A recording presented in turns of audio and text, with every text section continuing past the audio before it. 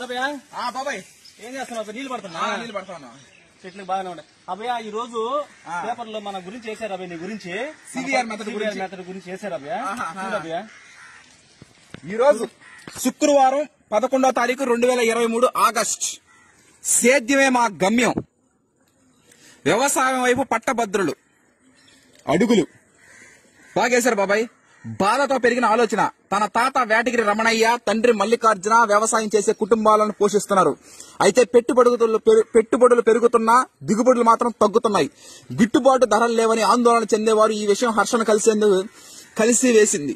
సరైన దిగుబడులు గిట్టుబాటు ధర లేకపోవడంతో రైతులు ఆత్మహత్యలు చేసుకుంటున్నారనే ఆవేదనతో హర్ష నూతన ఆలోచనకు తెరలేపింది. ఇందుకు సివిఆర్ మెథడ్ నేను ఎంచుకున్న బ్రహ్మాస్త్రం. వ్యవసాయ రంగంలో నేను ఎంచుకున్నటువంటిది సివిఆర్ మెథడ్.